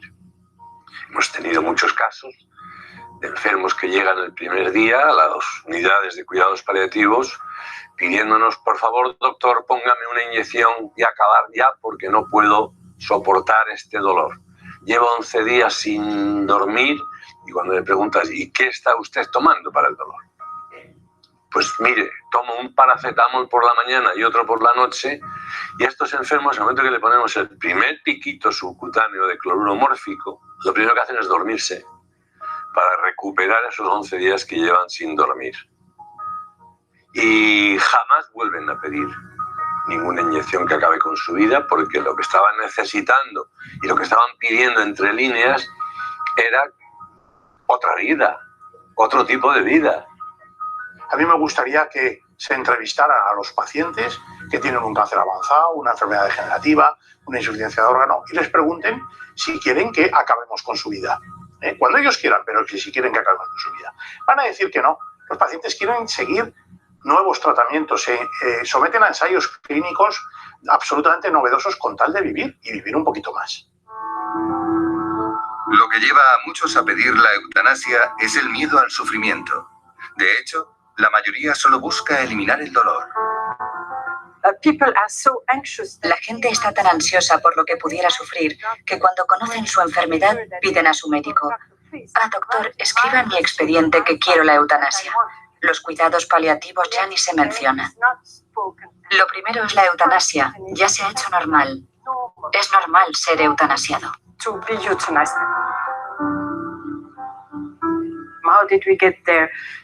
¿Cómo hemos llegado a esto? Es una sociedad individualista, hedonista. Nadie tolera ni un poco de incomodidad. No queremos sufrir. Y si la eutanasia se presenta como la mejor manera de no sufrir, ¿quién podría resistir?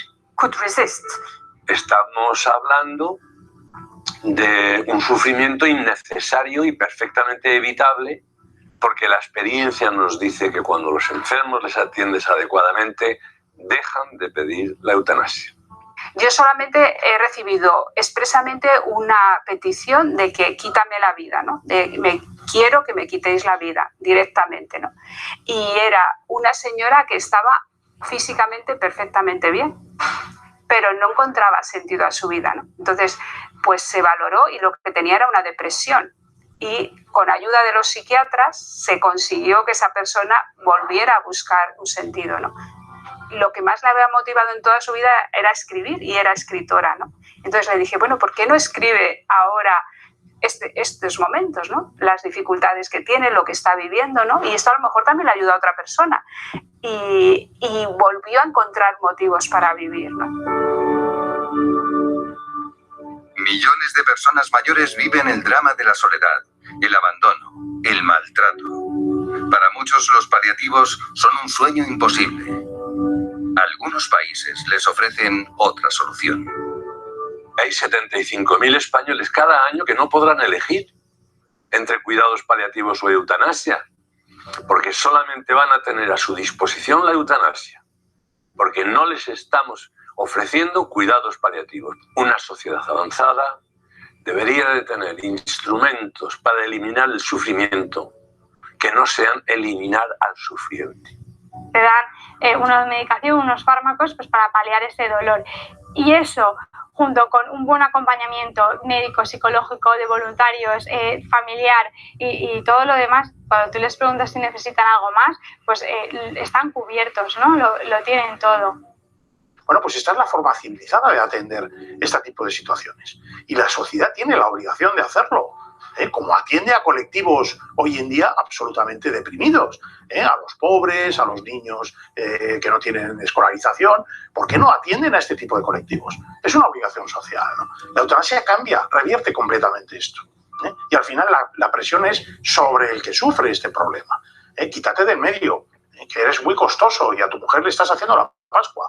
Al final ellos se sienten un estorbo y acaban pidiendo la eutanasia. Hago una pequeña pausa y sigo planteando el tema de hace un momento. A ver, chicos. Hay algo interesante que por eso elegí el documental en este sentido, porque como podrán darse cuenta, el propio director de la clínica de la cual se está llevando a cabo el documental que estamos revisando, manifiesta, muchos de los pacientes dicen, es que estoy sufriendo demasiado, pero cuando ellos aplican analgésicos dicen, ya no me quiero morir. Es decir, vuelve otra vez de esperanza de poder recobrar de alguna manera su estado natural, o al menos el de estar por mayor tiempo sin tener algún tipo de sufrimiento. Ahorita que formulábamos las preguntas y demás, yo les preguntaría, chicos, si a su familiar le dieran analgésicos, a manera o efecto de que él pueda, pues no sentir dolor durante el tiempo que le queda de vida, porque obviamente no lo van a curar, simplemente es para que él pueda estar. ¿Aún y así seguirían pensando en el tema de la eutanasia o irían a tratar de salvar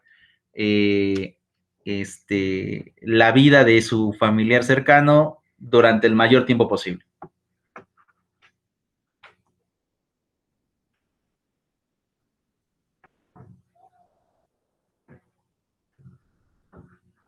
Es más, incluso el propio documental manifiesta que en casos muy extremos les suministran opioides, es decir, pues era lo que yo les decía en el caso de las quemaduras de tercer grado. No necesariamente tiene que ser heroína, pero sí medicamentos a base del opio, que es básicamente la sustancia activa dentro de la heroína. Dice Kia, pues sí, si puede solventar el sufrimiento, sí. Es decir, que si a través de analgésicos este sufrimiento que va a tener tu familiar ya no los tendría al grado en que los tiene, ¿tú desistirías de hablar de la eutanasia? Ok. Lorena, Ángel, ¿qué piensan? También desistiría, profe. Desistirían, ok. Ángel. Pues sí, profe, obviamente sí desistiría. Ok, entonces aquí entramos en un tema de debate. ¿Y qué tal si su familiar previamente ya dijo que quiere la eutanasia? ¿Qué harían ustedes?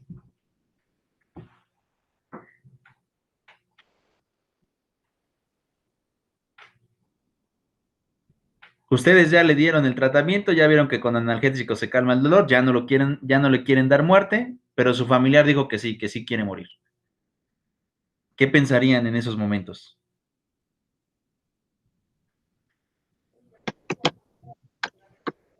Pues por mi parte haría como que cosas como para convencerlo de que aún esté más tiempo.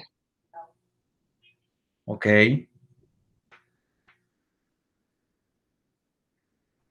puede ser depresión.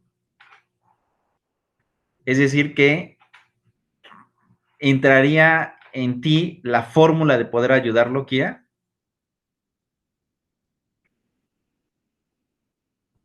Ok, bueno. Entonces, vean esta parte, y eso es lo bonito de la sesión del día de hoy sobre esta materia. Ustedes, les puedo asegurar que muchos de ustedes, o los tres, llegaron muy firmes con la idea de la eutanasia, muy firmes a esta clase de, pues no, sí, evitar y vámonos, eutanasia, mejor que muera antes de que llegue a sufrir, ok. Y yo creo que ahorita ya los hice dudar tan solo con el documental que les estoy reportando y con las preguntas que estoy haciendo, ya las hice dudar porque incluso me contestaron, no, pues ya no haría que mi familiar falleciera. ¿Ya se dieron cuenta de lo complejo que es hablar de estos temas, chicos? O sea, no es tan sencillo en realidad de digerir, tampoco es tan sencillo en realidad de posicionarlos, pero es complejo, o sea, no es tan sencillo como parecería, ¿no? O como en teoría, se piensa hablar acerca de estos temas, porque sí tienen, pues un grado de complejidad incluso al respecto, o sea, y esto implica y genera también que a veces las posiciones que nosotros llegamos a tener, lejos de poder generarse en un estatus, simplemente se puedan modificar conforme van transcurriendo las cosas. Yo seré claro, ¿no? A mí me parece que la eutanasia es un derecho de las personas, pero también considero que dependiendo de las circunstancias, es muy probable que muchas personas también desistan de este deseo que previamente a lo mejor ya han elegido. Entonces, es un tema como controversial, ¿no? También porque, ¿qué me dice Kia ahí? No, yo por mi investigación estoy muy en mi postura y sigo pensando que hay situaciones en las que es buena opción la eutanasia. O sea, ¿me estás negando o me estás aceptando?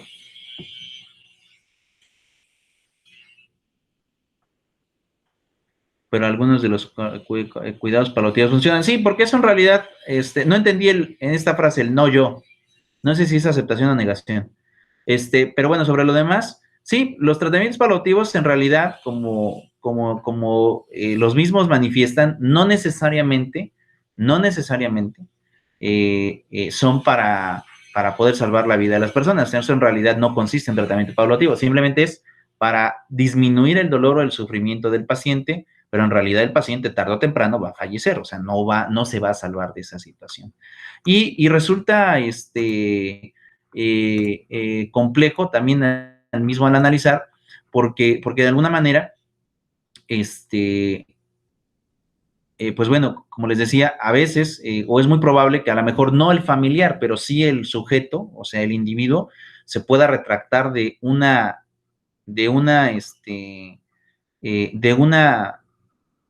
voluntad que generó previamente a lo mejor estar enfermo, o bien ya estando enfermo, la generó, pero ya con este tipo de tratamientos a lo mejor se llega a revertir en ese sentido. Ahora, ese es un pensamiento muy jurista, ¿no? Porque en realidad, al final de cuentas, considero que jurídicamente la eutanasia tiene que legalizarse. O sea, considero que es válida, considero que tiene que legalizarse, pero eso es pensando únicamente en una cuestión jurídica.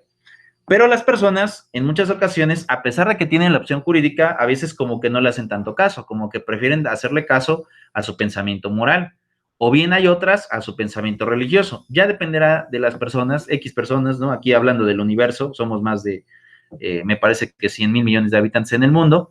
Y bueno, conforme se vayan dando las cosas en base a los tratamientos. Pero bueno, el documento mismo, este mismo documento del Congreso, emite algunos argumentos a favor y en contra de los supuestos. Y miren, a mí me parece algo muy válido, establece una tabla, y vamos a leerlos, suenan bastante interesantes al respecto. Pero bueno, listo, argumentos a favor. ¿Alguien me puede apoyar con estos? Es más, en los argumentos a favor me apoya Lorena y en los argumentos en contra me apoya Ángel, por favor.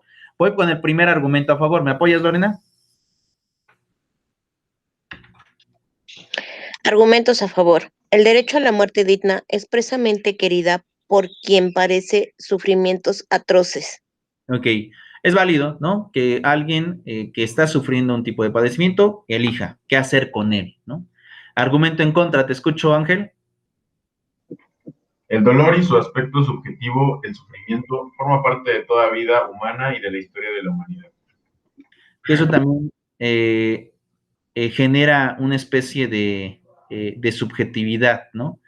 ¿Y por qué digo, por qué el documento habla de subjetividad? Cuando hablamos de esta palabra, de algo subjetivo, en derecho incluso lo ocupamos en demasía, la palabra subjetivo, habla de que depende de muchos factores. ¿Por qué?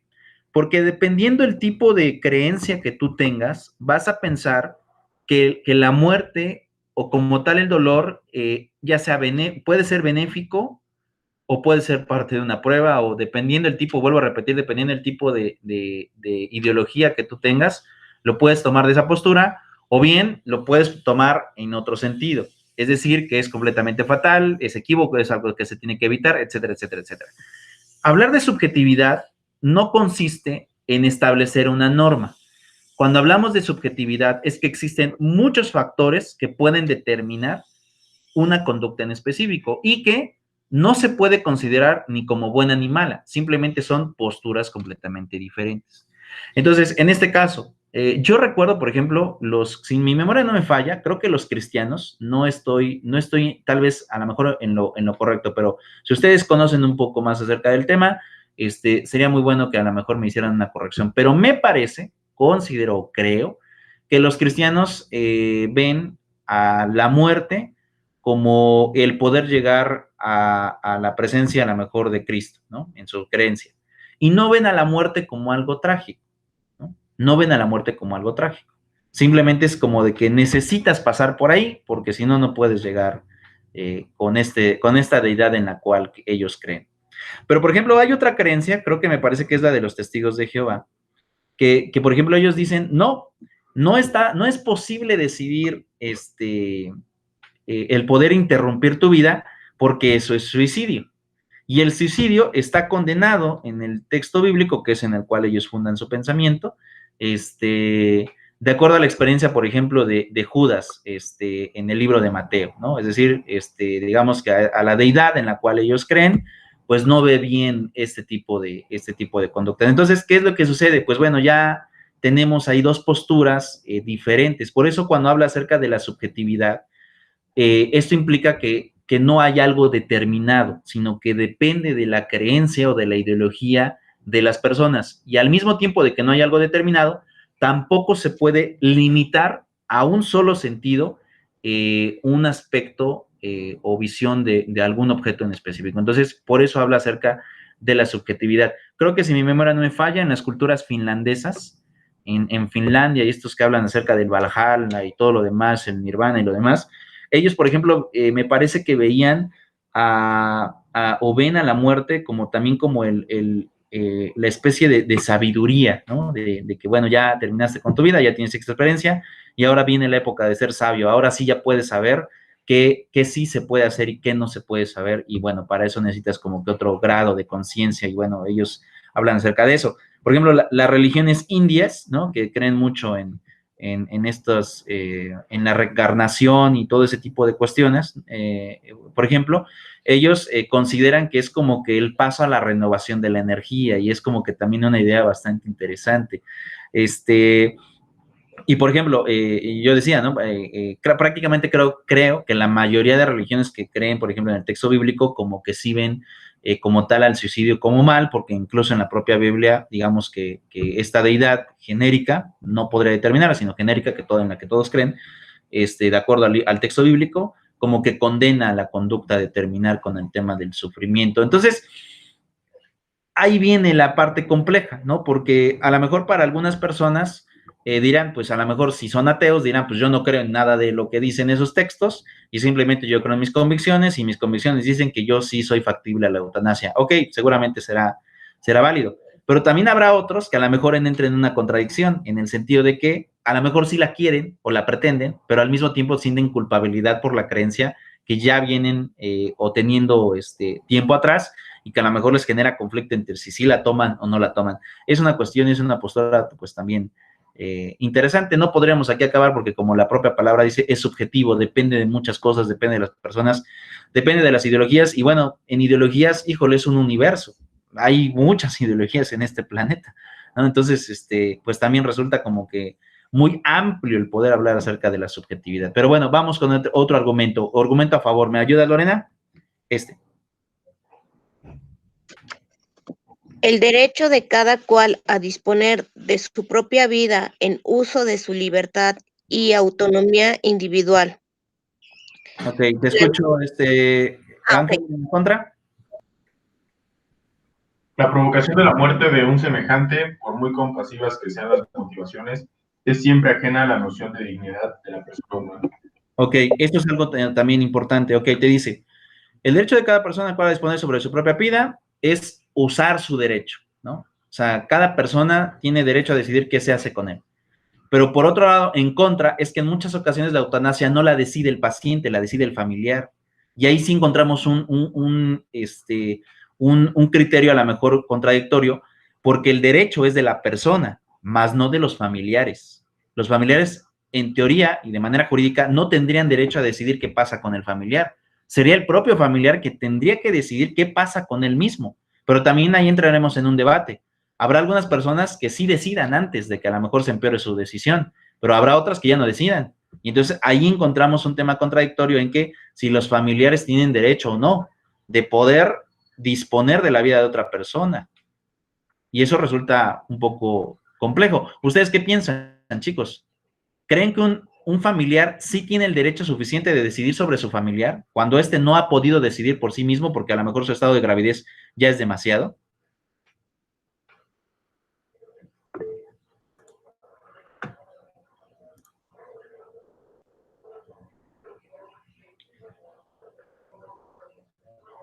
Ok, dice Kia, no. Es decir, que de acuerdo a Kia, es el paciente que debe de decidir, ¿cierto? El familiar no, ok. Lorena y Ángel, ¿qué piensan? ¿Un familiar tiene derecho a decidir sobre el otro familiar? No, profe. Ángel. Igual, no. Entonces ahí entramos en una complejidad, porque entonces dependeríamos de la voluntad del de Cuyos. Si el de Cuyos manifestó que quiere morir como tal, qué padre, ya la hicimos, ya no vamos a tener problemas. Pero si el familiar no decidió y yo veo que está sufriendo demasiado, entonces no tendría el derecho de decidir sobre terminarle la vida, de acuerdo al supuesto que estamos viendo ahorita en el documento que estamos revisando. Y ahí también nos da otro enfoque, ¿no? En cuanto a que, bueno, el sujeto sí puede decidir, pero uno como familiar no, y ahí entramos en un debate. Es que ya lo estoy viendo que está sufriendo mucho, a lo mejor ya no puede sostenerse, ya no está consciente, ajá, pero es que tú eres el familiar y quien lo tiene que decidir es él. Y resulta complejo tomar decisiones allí. Vamos con el tercer argumento a favor. ¿Me ayudas, Lorena? La necesidad de regular una situación que existe, de hecho, ante el escándalo de su persistencia en la clandestinidad. A favor, digo, en el otro supuesto, sería en contra, Ángel. El Estado, ante la incapacidad de determinar un nivel objetivo de dolor insufrible, no puede permitir el auxilio voluntario. Ok, tenemos una a favor y una en contra. La primera es que el hecho de que no esté regulado provoca que se esté haciendo de manera clandestina. Yo les decía hace un momento, incluso en los hospitales, y seguramente muchos de ustedes a lo mejor conocen casos así de X personas, cuando un familiar está ya muy mal, siempre le preguntan a aquel que se hizo responsable, ¿continuamos o ya lo dejamos, ¿no? Y entonces el familiar tiene que tomar esa decisión. Sin embargo, ese procedimiento que se hace hoy en día es clandestino, porque el derecho no lo regula. Es clandestino. Es decir, se está generando una acción hoy en día en la clandestinidad, porque no la regula el derecho, ni tampoco la permite. Y vamos, ¿qué pasa en el otro argumento? también al mismo tiempo, el Estado no puede determinar cuándo es un dolor insufrible. Eso es algo que de alguna manera cada paciente tiene que determinar, pero el Estado no puede decir, pues si tienes este grado nivel 10, ¿no? Por ejemplo, de dolor, pues ya es insufrible. No es como cuando juegas a la mejor toques, ¿no? Que es un ejemplo muy burdo, pero cuando tú llegas a jugar toques, ¿qué es lo que pasa? La maquinita tiene niveles, ¿no? Y ya cuando tú dices, ya no, ya ahí le paran. En el caso del Estado, no hay una forma en realidad hoy en día, ni médicamente, de poder saber los niveles de dolor. Puedes tener o medir los niveles de lesiones o enfermedades, pero no el dolor no se puede medir. Va a depender mucho de cada persona. Hay personas que a lo mejor, si tú le haces así, no se quejan. Y hay otras que tú les haces así y de inmediato se enfurecen y te dicen, ¿qué te pasa? ¿Por qué me pegas? O sea, es muy subjetivo. Y en el caso de los niveles de dolor, precisamente pasa eso. Cada persona determina el nivel de dolor que es insufrible, pero el Estado no puede decir, pues tienes nivel 1, nivel 2, nivel 3, nivel 4, porque eso prácticamente es imposible que se puedan medir los niveles de dolor en un paciente. Entonces, resulta ser complicado, ¿no? El que se puedan tener. Pero bueno, es una forma de medición de sistemas de dolor, aunque aquí he de decir algo, chicos, clínicamente o sí, en realidad, médicamente, las mujeres soportan más el dolor que los varones. Eso no lo invento yo, o sea, eso está comprobado científicamente, que las mujeres son como más resistentes a los dolores. Incluso una mujer puede resistir un dolor de cabeza y seguir trabajando, o puede a lo mejor tener algún tipo de problema, ya sea que a lo mejor se le enterró una uña, por ejemplo, y camina, por la necesidad que llega a tener de sus obligaciones diarias. En el caso de los varones, como que todavía como que somos menos susceptibles al dolor. Un varón, a lo mejor por una uña enterrada, a lo mejor llega, en algunos casos, y me ha tocado saber que a veces llegan al extremo hasta de decir, pues ya no voy a trabajar, ¿no? O sea, hasta ese extremo o a ese nivel pueden llegar en esa sustancia. Pueden pasar muchas cosas en realidad. Pero bueno, otro argumento a favor, Lorena. El proceso que representa suprimir la vida de los deficientes psíquicos, profundos o de los enfermos en fase terminal, ya que se trataría de vidas que no pueden llamarse propiamente humanas. Ok, bien. Entonces, en ese caso, el argumento a favor es que, pues ya, las condiciones en las que se encuentran, ya no se puede hablar acerca de un trato digno y humano, ¿no? Precisamente por el tipo de padecimientos que algunos llegan a tener, ¿no? Ya el sufrimiento es insoportable, el sujeto ya a lo mejor está en agonías, ¿no? Ustedes saben que un cuerpo en agonías pues ya tiene alucinaciones, tiene sueños, aunque también es algo que de alguna manera resulta interesante. A veces las personas cuando ya tienen sufrimientos de esta naturaleza y ya llegan a tener como que un estado de dolor más fuerte, muchos de ellos también se ha como que querido explicar, aunque la ciencia no ha encontrado algo al respecto, pero sí me ha causado mucha inquietud. Por ejemplo, cuando llegan a recobrar como conciencia o recuerdos, no sé si les ha pasado, si han conocido casos, pero por ejemplo, muchos enfermos en etapa terminal recuerdan cosas con mucha precisión dentro de sus inconsciencias de lo que está pasando en tiempo real, pero logran tener como recuerdos de lo que vivían a los 2, 3, 4, 5 años y te lo narran como si lo estuvieran viviendo. A lo mejor tienen una pérdida de noción de lo que está pasando en ese momento, pero sus recuerdos, algunos los llegan como que a reactivar. Imagínense, de la capacidad en esos casos. A mí me sorprende mucho la capacidad del cerebro, porque en esos casos, o sea, estamos hablando de que el cerebro guarda información y a pesar de que en la etapa adulta uno puede decir, pues ya lo olvidé, no lo tengo, lo cierto es que cuando llegan a tener esos estados de conciencia, esos estados de a lo mejor de fase terminal, recuerdan cosas que en su adultez decían, ya lo olvidé, ¿no? Y lo recuerdan con mucha exactitud. No sé si les ha tocado ver ese tipo de casos.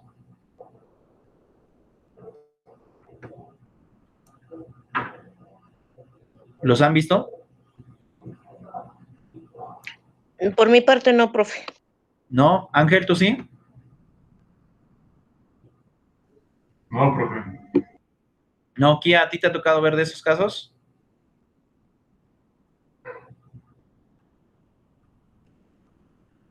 Ok, dice que así, a ella sí le ha tocado ver ese tipo de situaciones. Sí, en realidad, pues bueno, a mí también me ha tocado ver de personas extrañas a mí, que sí, definitivamente las personas empiezan a recordar cosas que en su vida adulta dijeron, ya las olvidé, o sea, ya ni se acordaban, ¿no? Y en esos momentos de agonía se acuerdan, pero de manera inmediata, ¿no? Que eso también implica que el cerebro guarda información que de alguna manera o de manera temporal te esconde en cierta etapa de la vida y ya cuando es necesario o cuando resulta a lo mejor indispensable, llega a darte esos recuerdos de experiencias pasadas que resulta pues increíble, ¿no? O sea, ahí me parece que el cerebro es el órgano, creo que más imprescindible de todos los órganos del cuerpo humano, porque, bueno, hasta el día de hoy yo creo que no se conoce con exactitud, a pesar de los estudios que tenemos, no se conoce con exactitud hasta cuál es la capacidad del cerebro, ¿no? Y de acuerdo a lo que también he estado leyendo y estudiando, el que en teoría usó la mayor parte de la capacidad cerebral es Einstein, ¿no? Que en teoría ocupó, de acuerdo a lo que he estado leyendo, el 12% de la capacidad de su cerebro, el 12%. Entonces, imagínense si ese erudito, porque es un erudito, es un científico erudito, hasta el día de hoy sigue siendo un erudito, ocupó solo el 12% de su capacidad, pues a veces yo me pregunto, bueno, ¿yo qué capacidad estaré generando, no? A lo mejor no estoy en ese 12%, estoy obviamente niveles abajo, pero si él apenas ocupó el 12% y todo lo que logró aportar a la sociedad con sus investigaciones, pues ahora imagínense a alguien que ocupe su capacidad cerebral a un porcentaje mayor, pues yo creo que puede lograr muchísimas otras cosas más, ¿no? Y bueno, son de los personajes que a mí me causan mucha admiración. Él y otro que también, que también me causa mucha admiración, porque hasta el día de hoy seguimos teniendo aprovechamiento de lo que él inventó, es Nicolás Tesla con la corriente alterna de electricidad, que es, para mí esos dos personajes son icónicos, son científicos eruditos que bueno, hasta el día de hoy seguimos teniendo beneficios de lo que ellos a lo mejor lograron tal vez crear o descubrir hace más de 100 años, ¿no? Entonces, bueno, ya cada uno de ustedes tendrá su concepto. Pero bueno, vámonos al concepto en contra. Te escucho, Ángel. La legalización podría tener como consecuencia que se llegaran a proteger a los que no han expresado su consentimiento porque son incapaces de expresar su deseo de En efecto, que eso ya habla acerca de que, bueno, la legalización de la eutanasia podría generar actos criminales, en específico se está refiriendo al delito del homicidio. Es decir, que una persona, pues, literalmente le cause la muerte a otra. Por ejemplo, ahorita que hablábamos acerca de la eutanasia activa, en donde, pues, ya le provocas la muerte, en realidad podría configurarse como homicidio. Y es por eso, que se generan estas confusiones de si debe de ser legal o debe de ser, como tal, todavía prohibitiva o a lo mejor no regularizada, por el tema del conflicto de leyes que seguramente causaría. Y bueno, como podrán darse cuenta, es un tema todavía muy complejo. Les voy a subir este material para que, es más, les voy a dejar una tarea para que lo lean. Y bueno, como podrán darse cuenta, son argumentos completamente válidos. Este estudio me gusta mucho del Congreso de la Unión, pues en realidad es un documento del Poder Legislativo, en donde da esos pros y contras del por qué sí, por qué no, pero también hay algunas cosas que te dicen, oye, sí es cierto, puede causar conflictos en otros temas que a lo mejor la regulación no se está pensando o que a lo mejor no se vislumbra. ¿Dudas, preguntas de la clase de hoy, chicos? No, profe. No, Kia, no, Ángel. No, ninguna, profe, pero igual pues es un tema muy complejo que pues, Listo, chicos. Pues bueno, les dejo tarea, les voy a subir el documento, lo voy a descargar y lo subo para que lo puedan ustedes leer y sobre eso mismo les dejo tarea y nos vemos la próxima semana. Cuídense, hasta luego. Bye, profe.